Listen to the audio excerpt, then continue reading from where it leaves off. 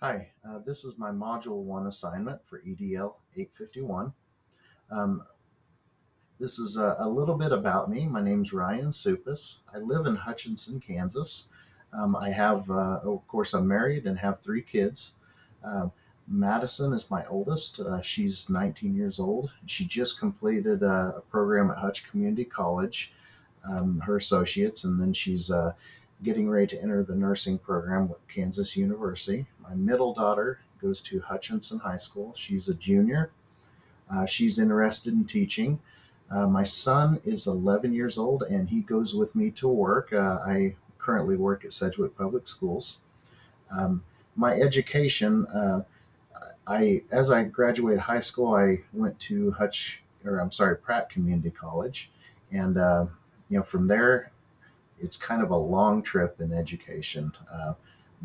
First, what I did was I started my own business. I have a love for IT technology. I ran the business for about 19 years. Um, I let my parents take over after that. It's not that I was burned out. It's My wife inspired me to get into education, and so what I did was I joined the Sterling Teacher Education Program. Um, I After that, I taught a few years history. Um, then I don't know. I decided that my love wasn't necessarily in teaching something, but uh, it was in technology. So I took a job at Sedgwick Public Schools as a technology director. I say I'm not a teacher still, but I am a teacher. I teach kids every day. I'm in classrooms. I'm not sitting at a desk all the time. Of course, I have lots of paperwork to do and things, but with a school of about 500 kids, I get to experience quite a bit. I get to get out there and talk with the kids. Um, After that, well, I'm still doing that currently, but um, as far as the education goes, I then went online with Colorado State University and got my bachelor's in organizational leadership to add to my Sterling education. Then I completed my master's in IT management and cybersecurity. I still do currently work at Sedgwick Public Schools as technology director, and uh, I've joined this program to continue my education, but also I've had a lot of experience in my position as a leader, and inspiring others to lead too. Enough of that. After reading all of the articles and the capacity to collaboratively develop schools' professional capacity, uh, pretty much some things that popped out to me were the evidence-based items. Basically, evidence-based is everything around you. Um, Data that you have, using that, partnerships with other schools, how you hire, how you recruit. It's pretty much everything. And some of the things that I have weaknesses are experience. I have been in the hiring process of many of the employees and teachers at Sedgwick Public Schools, and even the superintendent.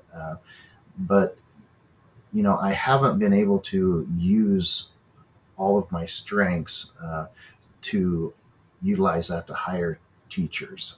So that's something that I've become a little bit more involved in, and I think that's something I could really, really work on.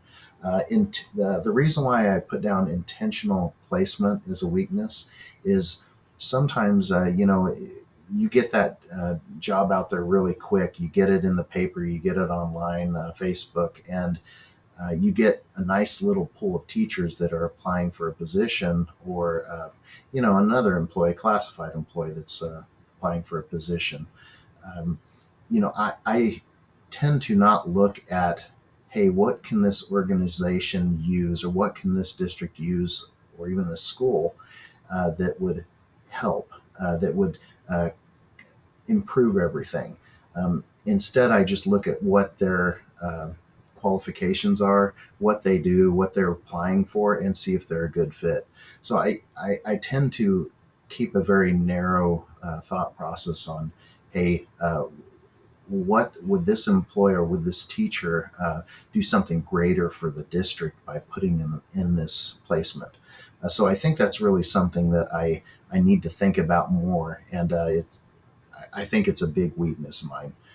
Trusting people, you know, this is something that I think I have a pretty good strength, and it can be a weakness too.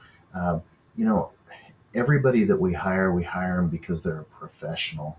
We hire them because they're teachers. They know what they're doing, and I typically put a lot of trust in people to do their jobs. Um, I don't think it's something that you should micromanage, and I guess that could be a weakness too. I it's not that they've put in that job and that's it. You know, I think making those good choices and ensuring that you get the right teachers and the right employees, you need to continue with that, with collaboration, professional development, and not put too much trust in it, but help them along the way and inspire them to be leaders. Um, Next thing is committing to own and professional learning. You know what? The strength is I'm always willing to learn. That's I've shown that with my education. I've shown that day in and day out. I'm always willing to learn, and I believe that others should be doing it too. However, that is the weakness of mine. It's not just about me bettering myself and becoming more of a professional. Uh, it's about others too. Um, I shouldn't just look at what will improve me, but what will improve everybody. Um, the definition of leadership capacities. If you look at the definition in the Glossary of Education Reform, it basically comes down to that it is the capacity of an individual or school to execute or accomplish something specific. And my definition of that is everything that we are doing at school, the activities, whether it's sports, whether it's debate, forensics, our normal days of in session of class, first through seventh hour. Every effort that we're making to teach our students and to keep them active and put them in activities, that is what leadership capacity is. If it's a very narrow capacity that you have at your organization, that's exactly what you're going to be producing. If you have a wide capacity and you've developed relationships with other organizations, other schools, you've got a college coach, you've got counselors, you've got you know special education employees, those kind of things. If you have a very broad uh, effort at your organization, you're going to create students that go everywhere, and that's exactly why I chose the image on the left. All of these words mean quite a bit. And the reason why I think that image is terrific too, if you look at the word leadership, it's the biggest. And of course, it's bold, it's in red. Uh, Leadership is a major capacity of an organization. If you have great leadership, it trickles down. Um, and one of those old business, and this is something I have too, and it can be a weakness too, is I've got a lot of uh, experience in the public sector, and leadership trickles down. That's something that you'll always hear business owners say. So what one of my something that inspires me, and it's a quote. I don't know who quoted it or if it's something that I've thought of myself, but I know I've read it before. Is inspiring others to be leaders. Some of the best leaders and some of the best organizations aren't that one person on top. Um, Sometimes buildings can run themselves. If you've got a terrific organization, if you just so happen to be gone a day, you come back and it's like, hey, you weren't even gone. So inspiring that leader in everyone, I think, is hugely important. And so that's just one of the things that I kind of pride myself on is not only am I thinking about the student in every decision I'm making, I'm thinking about the staff and those teachers too.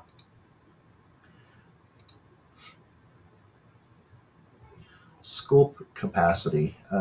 Some of the characteristics that that I pretty much got from the reading is, you know, enabling your organization to recruit, select, and hire those staff that you really need. And like I said, it's school capacity is basically everything that's going on, everything from that hiring of that staff, putting them in the right position to making sure that your students have what they need to learn. And, the technology driven organizations too. The next thing is collaborative culture.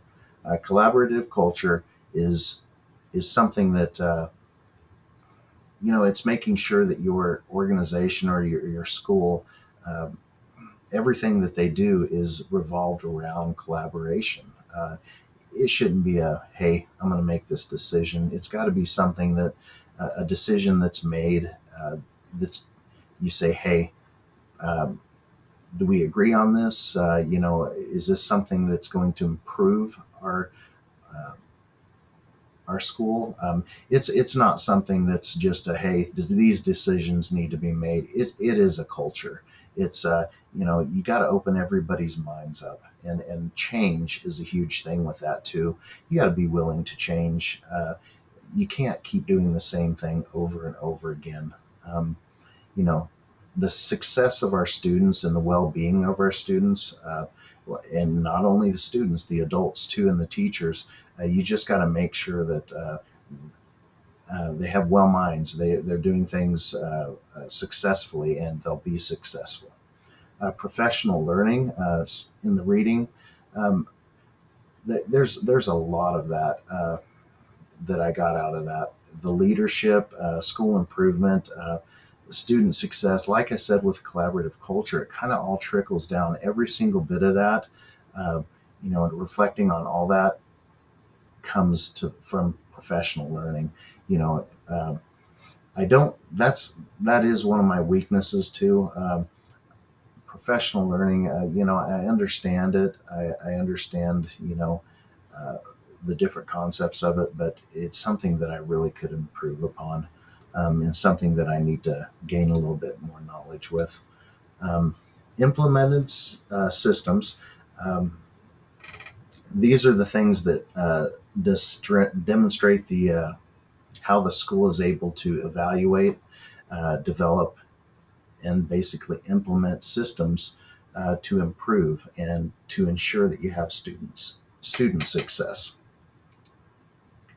Um, a little bit of reflection on pretty much everything that I've read and learned in this assignment, um, is the correlation that everything is connected. Um, it's that's something that I have a hard time with in this, is trying to figure out where something starts and where something ends. It's easy to grab a word or a statement like implemented systems, but you know what? It has a lot to do also with professional learning, with collaborative professional culture, with the school's professional capacity. You know, how do you say that this one item is in this category? It's just something that you can't do. It's all connected. Relevancy and change. You know, Relevancy, what I believe relevancy is, or what comes to my mind, is that you are current, that you're making sure that you're utilizing everything that's out there. Things improve. Change isn't always good, but uh, most of the time it is. So I think to stay relevant, you need to change and be willing to change. Um, Reflection. Be open and willing. Um, that's pretty much about all I have on that. You know, I said earlier that one of my strengths is realizing that everyone is a leader, not just your teachers, but your staff, your classified staff, your directors, and even your students. You have to inspire that learning in everybody.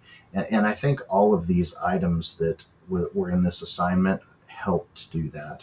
Um, and that's pretty much all I have. Thank you very much.